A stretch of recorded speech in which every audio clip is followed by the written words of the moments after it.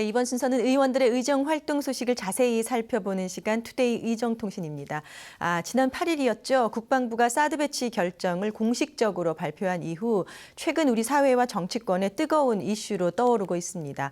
어제 국방위원회의 전체 회의에서도 한반도 사드 배치 문제를 두고 뜨거운 설전이 오갔는데요. 이번 20대 국회에서 군 장성 출신의 국방안보 전문가로 꼽히고 있는 초선 의원이시죠. 국회 국방위 소속의 국민의당 김중로 의원 전화 연결해서 자세한 말씀 들어보겠습니다. 의원님 안녕하십니까? 네, 안녕하세요. 네, 반갑습니다. 예. 네, 의원님께서는 이번 20대 국회에서 국민의당 비례대표로 등원하셨는데요. 네. 등원 이전에 육군 장성 출신이시죠? 네. 육군 사관학교 30기시고요. 육군 그렇죠. 3사관학교의 교수부장 그리고 육군 보병 제74단장을 지내셨는데 정치를 해야겠다고 결심하게 된 이유가 궁금합니다. 네. 국가 안보가 잘 되려면 경제가 잘 돼야 하고 네, 경제가 잘 되려면 정치가 잘 돼야 하는데 지난 국회 어땠습니까? 그야말로 식물국회, 동물국회로 불릴 정도로 국민에게 혐오의 대상이 되었잖아요. 네. 그래서 이러한 정치판을 바꿔서 국민과 함께하는 국민으로부터 사랑을 받는 국회를 만들어보고 싶어서 입문했습니다. 네, 아주 짧고 간결하게 답변해 주시는데요. 바로 이슈부터 좀 여쭙겠습니다. 네. 정부가 지난주 갑작스럽게 사드 배치를 결정하면서 최근 가장 뜨거운 국방 현안이자 이슈가 되고 있는데요. 국민의당에서는 오늘 사드 배치 철회를 당론으로 정했죠. 그 이유가 무엇이고 국방안보 전문가로서 의원님께서는 이번 사드 배치 결정을 어떻게 보고 계시는지요? 그럼 남북 분단 상황에서 안보의 중요성에 대한 인식이나 네, 우리 민족에게 안보에 대한 가치보다 더 중요한 게 어디에 있겠습니까? 무엇보다 국가와 국민의 안위가 걸려있는 문제인데 현 정부는 국민적 합의도 주변국에 대한 충분한 설득도 제대로 되지 않은 상태에서 사드 배치를 밀어붙이고 있잖아요. 네. 더욱이 외교, 통일, 경제는 물론이고 모든 문제를 종합적으로 검토되어야 하는데 네. 군사적 측면 위주로만 고려함으로써 국가적 손실이 너무 클 것으로 판단되어서 반대하고 있습니다. 네. 자, 그런데 사드 배치 결정이 이 북한의 반발도 반발이지만 동북아 정세와 외교 문제까지 영향을 미치고 있지 않습니까? 네. 특히 중국과 러시아에서 강하게 반발하고 있는 상황인데요.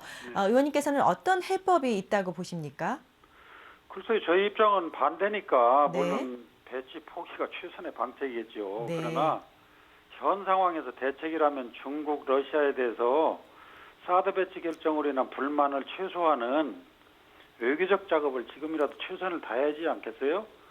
시간을 충분히 갖고 사드 배치에 대한 불가피한 선택에 대한 설득을 끌어내야 되겠죠. 네. 그러나 정부에서 사드의 한반도 배치가 북한의 미사일 위협에 대해 대응한 순수한 방어 목적의 조치였다고 설득을 해야 할 텐데 네. 이미 답을 정해두고 하는 설득이 얼마나 효과가 있을지 의문입니다. 네. 그리고 외교는 뭐 아시다시피 일방적인 것이 없지요. 하나를 얻으려면 더 큰 하나를 주어야 하는데 네. 사드 배치를 포기하지 않겠다는 정부가 중국과 러시아 등 주변국에게 더 큰 무엇을 내줘야 될지 참 우려가 크게 됩니다. 네. 그러니까 의원님께서는 사드 배치 철회가 가장 좋은 해법이다 이렇게 생각을 하고 계시는 거군요. 그렇죠. 네. 그 사드 배치 지역 문제를 두고도 배치 후보지로 거론되는 지역들에서 일제히 이제 반대 움직임이 거세게 일고 있는데요. 오늘 오후에 알려진 소식에 따르면 정부가 경북, 성주, 성산리 일대로 배치 지역을 사실상 결정했다 이런 소식이 들렸어요. 공식 발표를 봐야 하겠지만 지역 주민 반발이 만만치 않을 것으로 보이는데요. 사드 배치 지역 선정 과정이나 갈등 문제는 또 어떻게 보고 계십니까? 그래요. 뭐 아시다시피 아무리 좋은 정책이라도 국민이 호응하지 않으면 성공할 수 있겠어요? 그리고 의미가 없다고 생각합니다. 네. 신공항 보십시오. 국가 정책의 잘못된 추진은 얼마나 많은 국민적 에너지를 소모하고 지자체와 국민들 간의 심각한 갈등을 양산했습니까? 네. 그 저변에는 이 정부의 정책을 입안해서 시행하는 과정에서 모든 이해 집단들의 예상되는 갈등을 해소하려는 노력이 부족할 뿐만 아니라 네. 의사결정에 문제점이 많아요. 네. 그래서 갈등을 자아내고 국민들의 갈등을 양산하고 있어서 심히 우려됩니다. 그래서 그런 맥락에서 사드 배치도 지역 문제도 그와 같은 맥락에서 우려가 되거든요. 네. 네. 그래서 해법은 어떻다고 보십니까? 의사결정 과정이 좀 더 필요하다 이렇게 보시는 건가요? 지금도요. 네. 어디서 뭐 밀려 사는 것처럼 이렇게 그냥 쫓겨 사는 것처럼 갑자기 발표해놓고 내년 말까지 내년도까지 목표를 정해놓고 한시적으로 할 것이 할 아니고 것이 아니라 충분한 시간을 가지고 지금이라도 늦지 않았으니까 네. 여야 불문하고 이거는 뭐 여야 뭐 이념이다 이런 거가 아니잖아요. 네, 네. 국민 전체의 안위와 국가 안전 보장이 걸려 있는 문제인데 네. 졸속으로 이렇게 이루어져서는 절대로 안 됩니다. 그래서 시간을 가지고 더 설득을 하고 네. 각계각층의 이해 집단들을 충분히 설득할 수 있는 시간을 좀 가지고 급하게 하지 않았으면 좋겠습니다. 네. 자, 다른 현안 좀 짚어보죠. 네. 지난 19대 국회에서 방산 비리 문제를 풀지 못하고 20대 네. 국회를 맞았습니다. 네. 정치권에서는 방산 비리에 대해서 이적행위라는 표현까지 하면서 척결해야 한다 주장하고 있지만 그동안 끊이지 않고 재발했던 게 방산 비리 문제이기도 한데요. 이번 20대 국회에서 어떻게 풀어야 한다고 보십니까? 아주 좋은 질문이고 아주 핵심적인 질문이신데 방위사업 비리 척결이 안보의 시작이라고 생각합니다. 네, 네. 그래서 방위사업 비리는 장병들의 생명과 안전을 위협할 뿐만 아니고 네. 국민의 안위와 국가안보를 위태롭게 하는 매우 심각한 범죄 행위로 보고 있어요. 네. 이 때문에 등원 전부터 방위사업 비리 척결을 1호 법안으로 준비해오고 왔어요. 네. 지난달 말 소유제기에서부터 획득에 이르기까지의 전 의사결정 단계에 걸쳐서 네. 비리를 근원적으로 예방하고 차단하기 위한 방위사업법 개정안 등 3건의 법률 개정안을 대표 발의했어요. 네. 향후 상임위와 국정감사, 법안 발의 등을 통해서 20대 국회에서 반드시 방위사업 비리가 근절될 수 있도록 지속적으로 노력해 나갈 겁니다. 네. 그러나 방위사업 비리에만 초점을 맞추다 보면 자칫 국내 방산업체들이 비리업체로 인식되어서 수출에도 차질이 발생할 수 있는 거거든요. 네. 그래서 실제 2006년 2.5억 불이었던 방산 수출액이 2014년 36.1억 불로 약 15배 증가했었는데 네. 그처럼 고공행진을 지속해오다가 지난해엔 35.4억 불로 오히려 줄어들면서 국가 경제도 큰 손실이 나타났거든요. 네. 그래서 방위사업 비리 근절과 함께 방위사업 활성화라는 두 영역에서 정책의 균형을 모색할 필요가 있다고 생각합니다. 네. 이번 20대 국회에서는요, 국방개혁 중에서도 병역 문화의 개선에 초점을 맞추고 있지 않습니까? 네. 오랫동안 군에서 생활하셨기 때문에 누구보다 현장의 문제점을 잘 아실 것 같습니다. 어떤 부분에 개선이 필요하다고 보십니까? 이 문제는 제가 굉장히 군 생활 때부터 지금까지 참 고심을 많이 해오던 문제인데 참 쉽지 않은 문제지요. 네. 그러나 뭐 여러 가지 문제가 있겠지만은 저는 세 가지로 요약을 해볼게요. 네. 먼저 환경 개선이 필요하다고 보는데요. 네.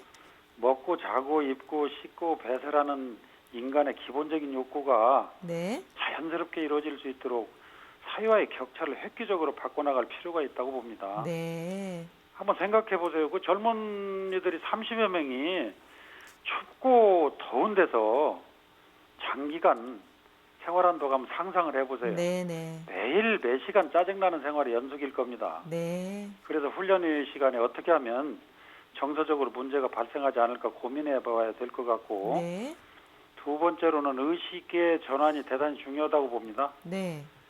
다시 말하면 계급이 이등병이지 사람이 이등병이 아니거든요. 네. 계급은 조직의 목표를 효율적으로 달성하기 위해서 부여하는 것이라는 생각으로 네.